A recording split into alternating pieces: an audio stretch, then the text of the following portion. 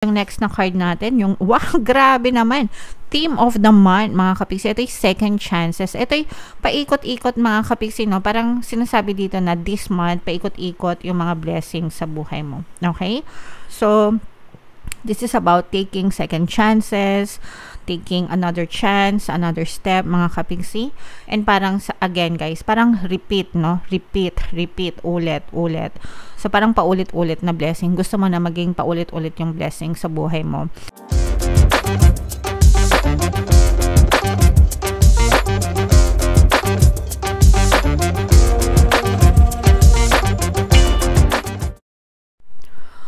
Hello guys, hello Sagittarius. Welcome back to Pinoy Pixie Tarot. Ang pamagat ng episode natin for tonight is June 1 to 15 kapalaran para sa Sagittarius, Sun, Moon, Rising, Sun, and Venus. General reading lang guys, pwede mag-resonate. Pwedeng hindi, combination ng positive and negative energy. Unahin natin tong deck na to guys. Tingnan natin yung mga mensahe sa inyo ng inyong mga gabay. In case hindi kayo naka-resonate dito guys, try nyong panoorin yung video dun sa monthly horoscope nyo for June. Baka nandun yung energy nyo. So, yung first message para sa inyo, Sagittarius, wow, contracts, mga kapiksi. Alright? So, this is a very positive energy, especially guys kung meron kayong mga inaantay na offer, meron kayong mga inaantay na deals, meron kayong mga inaantay na agreements, ganyan. Pwede rin sa mga documents approval, mga kapiksi, kapag may mga nilalakad kayo na kahit anong klaseng dokumento, mga visa, passport, job orders, loan documents, whatever, mga kapiksi. Okay? Ibig sabihin nito, everything is working out in your favor. Learn to negotiate, guys. Kasi yung mga negotiation nyo, kung kayo ay nakikipag-negotiate, ibig sabihin nito, papabor sa inyo yung mga negotiation nyo. Okay? So, i-mind nyo na yan, guys. Mind contracts, mind offers. Yan. Para mapasa inyo siya ngayong June 1 to 15. Another message, Sagittarius. We have woman holding a coin in reverse. For some of you guys, parang feeling ko, merong medyo pagkakaitan kayo ng tulong pinansyal. Let's say, for example, nangungutang kayo, ganyan. Parang baka mapahindian kayo ng mga taong nilalapitan nyo. Wag sasama yung loob, mga kapiksi, pag hindi kayo napautang kasi kanya-kanya tayo ng gastusin, kanya-kanya tayo ng budget sa buhay, mga kapiksi. Hindi porket nakaluwag-luwag sila tapos hindi kayo pinahiram, madamot na sila. Wag ganun, guys. Kasi hindi nyo alam, baka mamaya meron din silang mga expenses na pinagdadaanan at saka kanya-kanyang budget yan eh. So, hindi tayo kasama sa budget nila.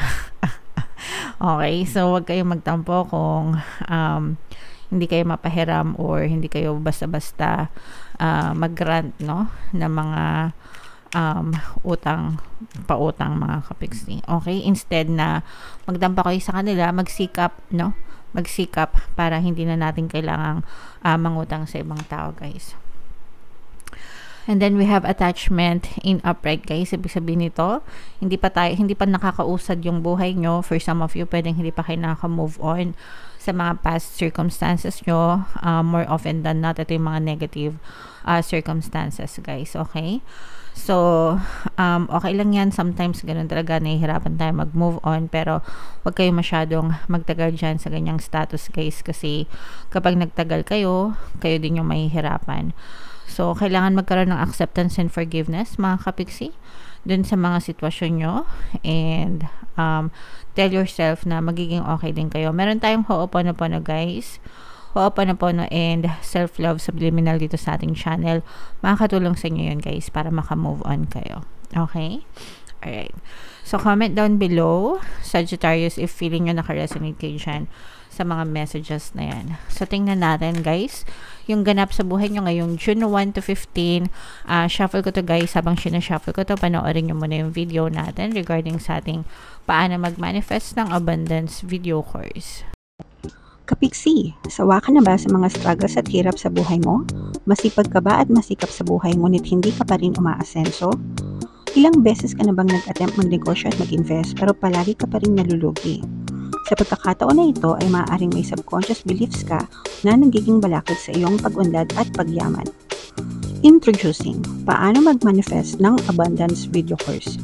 Dito ay matututunan mong ma-overcome ang mga balakid mo para tuluyan ka ng umunlad, umasenso, sumagana, maging matagumpay, successful at maswerte sa iyong kabuhayan, pera, trabaho, negosyo, salapi at kaperahan ng bonggang-bongga. Dali, mag-send na ng email sa pinoypixie@gmail.com at simulan na ang iyong pagyaman ngayon. Alright. So, sa lahat ng gusto mag-avail ng course, guys, meron tayong promo until May 31. Magkakaroon tayo ng free 1 pampaswerte subliminal o kaya naman 200 pesos na discount until May 31 yan, guys. Samantalahin nyo habang may sale. And, meron tayong bagong course, guys. Paano mawala ang third party at magkaroon ng harmonious na relationship. So, bagong course yan para sa mga kapiksi natin na nagdadanas ng third party situation sa kanilang relationship.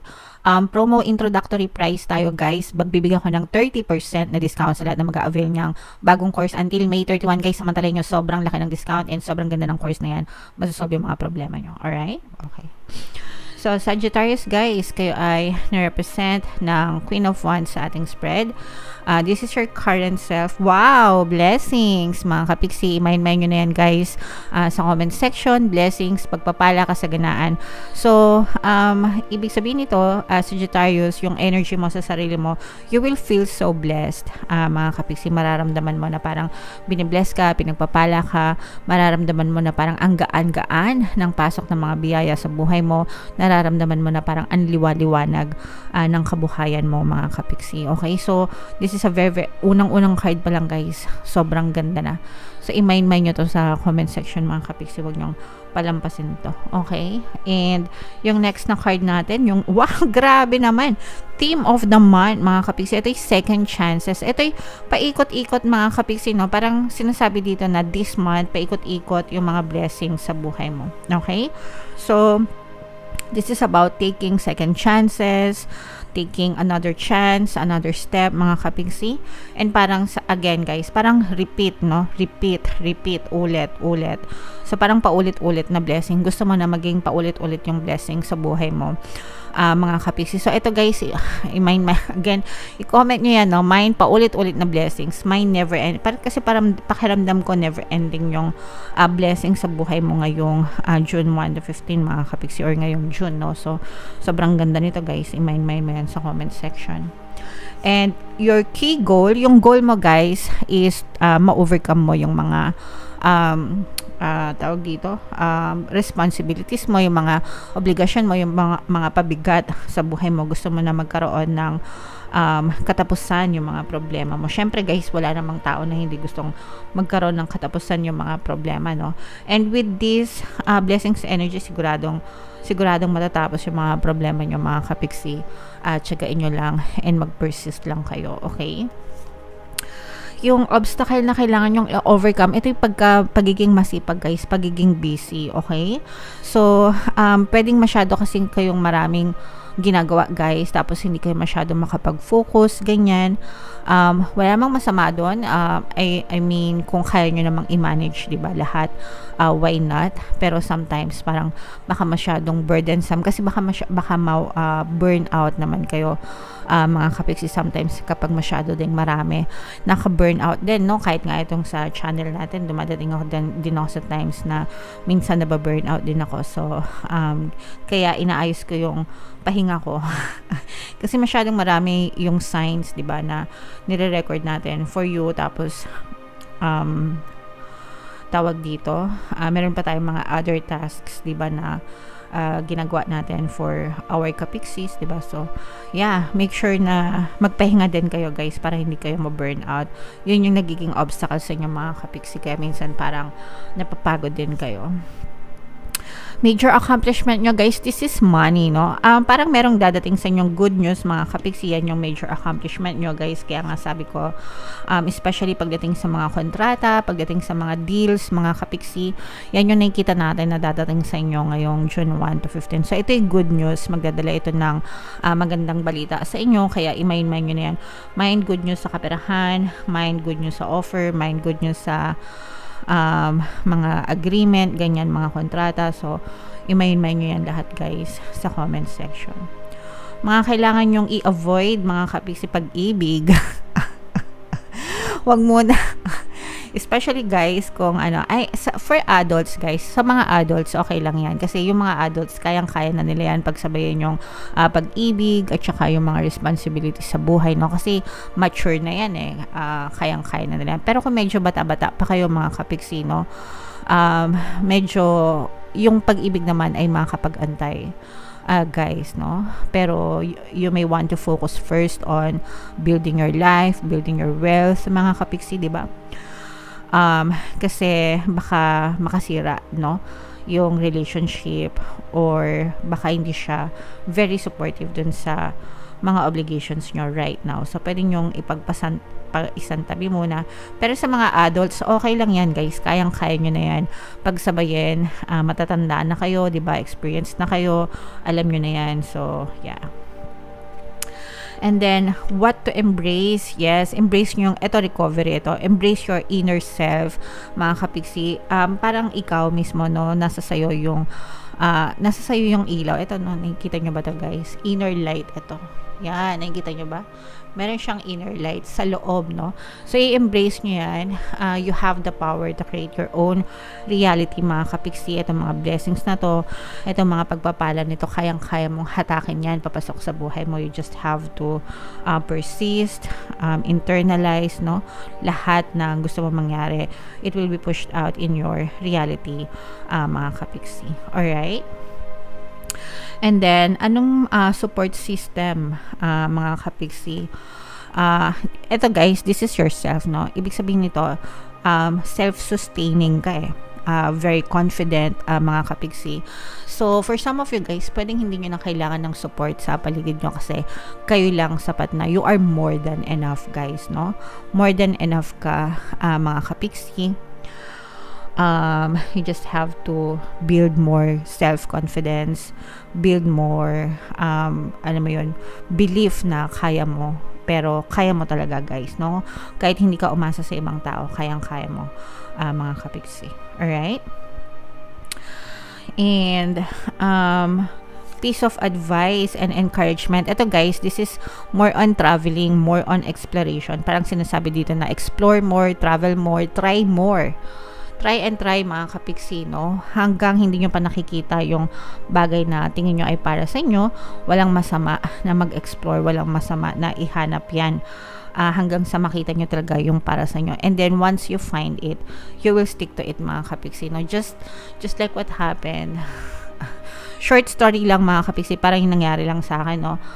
Before ako napunta dito sa YouTube, before ako nag-settle dito, marami na rin akong trabaho na napasukan, corporate employee, etc. And marami na rin tayong pinaglipat-lipatan na kumpanya hanggang sa dumating yung time na nag-resign ako, walang trabaho, as in, nakatunga nga sa bahay, hindi ko alam kung ano yung gagawin ko, hindi ko alam yung purpose ko. And one day, ayun, parang nandito na ako, nasubukan ko, tapos parang inalis na universe lahat ng blocks kasi kahit na nasa YouTube na ako, meron pa rin akong full-time job. Dalawa pa yun actually. Home-based, no? Nag-try ako ng home-based.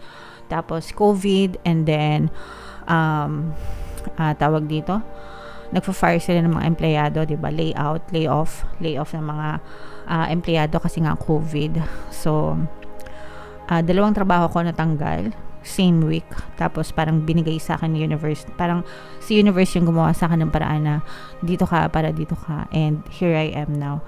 So nakita ko yung purpose ko. Nakita ko yung what I love doing. And hindi lang para sa akin, kundi para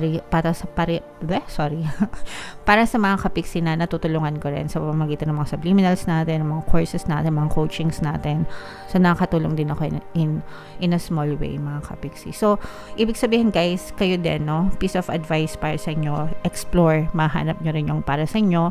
Don't stop looking for, kung ano talaga yung para sa'yo. And dadating din yan sa inyo, mga kapiksi. Alright? So, pwedeng magkaroon din kayo ng travel guys ngayong June 1 to 15, although baka magsimula na yung tag-ulan, so medyo ingat-ingat na lang kayo guys. Alright? So, comment down below, Sagittarius, if feeling nyo nakaresonate kayo dyan. Guys, ito yung ating mga pampaswerte subliminals. Pakinggan nyo para makatulong sa inyo. And ito naman yung ating success stories ng paano mag-manifest ng abundance video course. Click here to subscribe and click here to join our membership program. Thank you for liking, sharing, and subscribing. See you again next time. I love you all, guys. Have a nice day. Bye-bye.